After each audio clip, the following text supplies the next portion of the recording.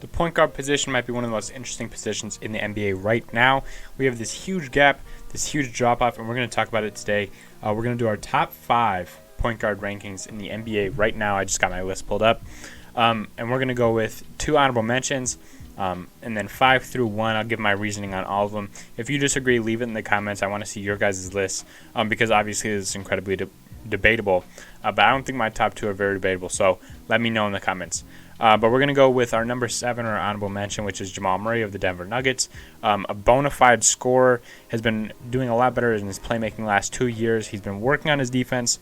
This year's been a little bit of a struggle for him. He's just been more inefficient. He hasn't gotten into his flow, but we saw his potential in the bubble to be like Harden-esque, honestly, if you were looking at those games in the bubble. But he's had a slow start this season. That's why I put him at 7. I think if he was playing like he was in the bubble, he's probably number 4, maybe number 3. But right now, we got to put him at 7. At number 6, Ben Simmons, another guy that's had a really, really rough start of the season. But at the end of the day, you can't discount his defensive presence. His versatility, other than shooting the 3-ball, he can do everything on the floor.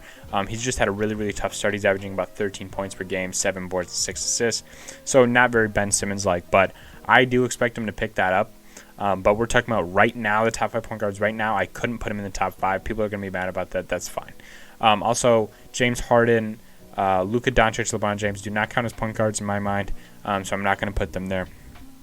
But just know that obviously LeBron would be on this, top 3.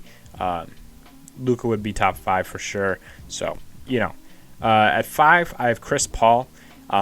Coming to the Suns, he's had a serious impact, especially defensively in that backcourt. They haven't had a lot. You've seen the game of Mikal Bridges, DeAndre Ayton take a boost. Guys like Cam Johnson and Jay Crowder are playing at career years right now. He's just lifted that offense to new heights. Obviously, Devin Booker is one of the most lethal offensive players in the NBA, but when you have a guy like Chris Paul that can make everyone else better, the burden isn't as much on Devin Booker's shoulders, and we've seen him take a little bit of a step back because he's such an ISO player. But this team overall is so much better with Chris Paul. And obviously his defensive presence, like I said, in the backcourt, he can guard a number 1 guard, and that's not up to Devin Booker, who is not a very good defender. So Chris Paul is my number 5 point guard in the league right now. At number 4, I have Trae Young. This dude could average 30 points per game for a couple years in his career if he really wanted to. You look at his on-court stats, and then when he leaves the court, that Atlanta Hawks team gets so much worse without him. His playmaking is off the charts. He's a double-double machine in terms of assists. He will account for almost every single point when he's on the floor. The thing that's holding him back is his defense. Obviously, he's an undersized guard at 6'6", 6'1", super undersized. He's a total liability, and that's why the Hawks made that move to pick up Chris Dunn in the offseason. He hasn't gotten to play, but Trae Young is one of the most lethal offensive players in the NBA right now, and for that reason, I think that you have to put him in this list, especially at number 4. For me, number 4 and number 3 was a toss-up, but I had to put Kyrie Irving at number 3. He's been exposed so much defensively this year, but, he's averaging almost 28 a game, which is a career high for him, alongside 2 superstars. Problem for him is he's been missing so many games. Obviously, he's a defensive liability like Trae Young. He's never been exposed this much in his career, but now he is.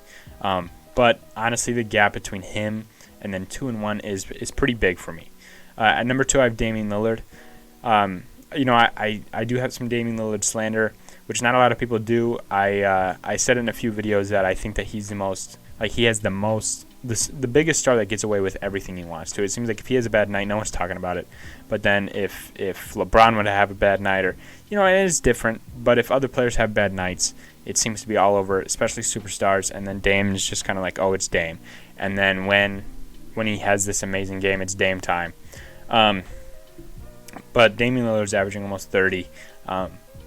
Without CJ McCollum on the floor now, he should be looking at a higher offensive usage rate. I'm excited to see what he can do with that. Obviously, we just saw him hit the most clutch thing I've ever seen, where he had 2 threes to win the game in 13 seconds. Absolutely ridiculous. But at number 1, it's obvious, Stephen Curry. It's like people got amnesia from missing him last year. I'm one of those people. I'm not going to say that I didn't think he'd be the best point guard when he came back. I definitely did. But this dude is ridiculous. We see why he changed the game. Even at the beginning of the first few games of the season, his three-pointer wasn't on, and we were looking like, what's Steph Curry doing? This Warriors team sucks. And then he drops like 60, and he's just probably the most.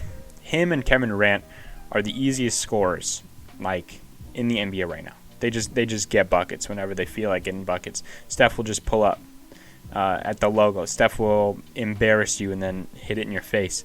He pulls the most ridiculous tricks out of his bag, and I think for that you have to respect him as the best point guard in the NBA right now. If you've made it to this point, comment something down below just so I know, like a random letter, a random number or something. I have super big news. I just did an interview last night with 4-star Texas recruit David Joplin. I'll have that video out to you guys soon. I'm super excited about that interview. It went really, really well. So I really hope you guys are looking forward to that, and I'll see you in the next video. All right? Peace.